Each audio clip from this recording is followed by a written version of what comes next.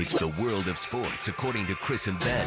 Can you see my Twitter page is up? I do. You see what this is right there? Oh, this is awesome. I have the little blue check mark. So now this is amazing. all of those Ben Higgins imposters out there That's are right. out of luck. You can no longer pretend to be me on Twitter because there's only one real Ben Higgins SD. He's got a blue check mark. I was like giddy when I found the news out. Leave it to Chris Ello to point out the really one flaw of Jason Verrett. First thing, yeah, he's not tall. He's 5'9". Other than that, Chris, I mean, that's the only reason why he was available at 25, because other than that, you can make the argument that he's the best cornerback in the draft in terms of speed, leaping ability, technique, footwork. I mean, the at least the experts who know about defensive skill and players raving about everything about Jason Verrett. He's just not that tall. Okay, yeah. Every 4 years when he has to cover Calvin Johnson, I don't look forward to the jump balls. But how many over the course of a season, really? How many of those plays are you going to give up? Maybe he gives up one or two. If he can make a lot of plays, that's going to be a lot more important than the height. Plus, he's a great leaper. So, obviously, he learned how to cover much bigger receivers in the Big 12 at TCU. No reason why I don't think he can do it with the San Diego Chargers. Honestly, Chris, the Chargers don't even have to be good. They just have to be kind of mediocre on defense. And if they can continue what they did offensively last year, which was a top 5 offense in the league, they're putting up points, they're putting up yardage, they're holding on to the ball. Honestly, a mediocre defense should make the Chargers a very formidable team. Last year, they didn't have a mediocre defense. They had a bad defense, and they still ended up in the playoffs at 9-7.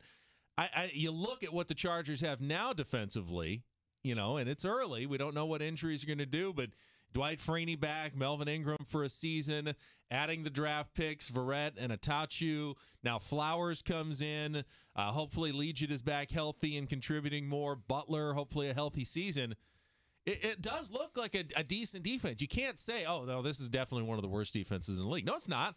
If the Chargers are playing up to capabilities and are reasonably healthy, it looks like a decent defense, and that's exciting to me as a Chargers fan. Really exciting. This All-Star game is about everyone that's here. It's not about one particular person.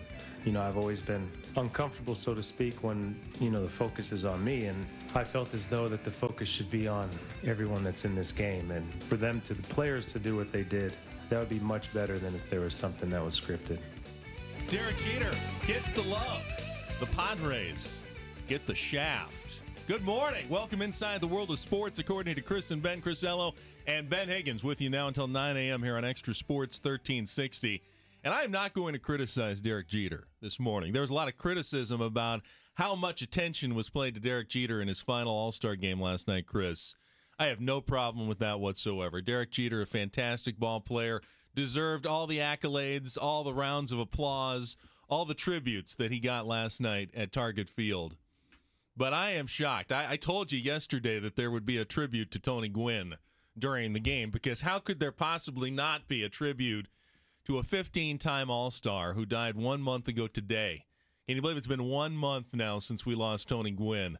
And I was sure that they'd carve out just a moment, at least, in the broadcast in the game last night to talk about Tony Gwynn and what he meant to baseball.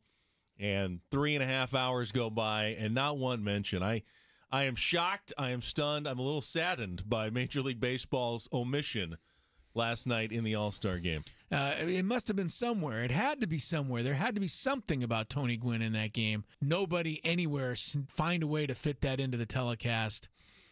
Really, really maddening. And it's not just us that are upset this morning. If you took to Twitter after the game last night, you saw the outrage. And it wasn't just Padres fans. It wasn't just the small group of bloggers who are passionate about the Padres. They certainly were out there, but national media, several national columnist websites, CBS, Yahoo, Deadspin had several pieces on the lack of any mention of Tony Gwynn in the broadcast. Sports wrote something. Sports Illustrated, all of them took time to point out last night that Tony Gwynn was completely omitted from the All-Star game. So I'm glad that more people than just San Diego just noticed, because right now, Chris, I'm feeling like the San Diego Padres are the least respected of all the 30 Major League Baseball teams. And I know there's other teams that aren't respected that much.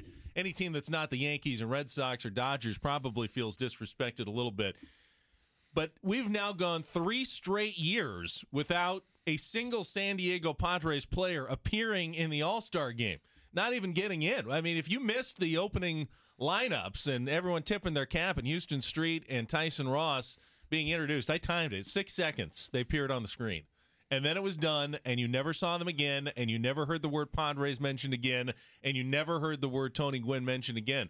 Why do you have a rule in place that says every team has to be represented in the All-Star game?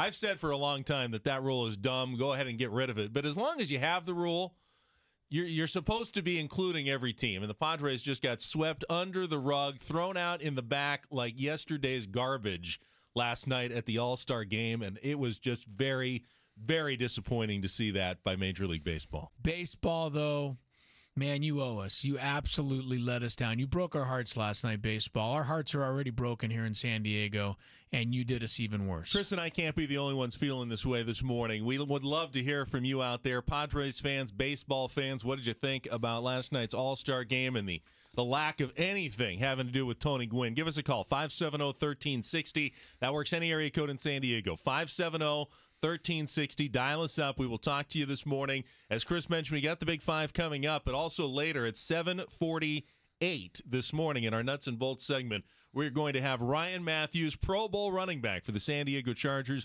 joining us in studio 1 week away. Chargers players actually report to camp 1 week from today, and then a week from tomorrow is the first practice. So football season is so close we can taste it, and we got Ryan Matthews with us here today. Looking forward to that.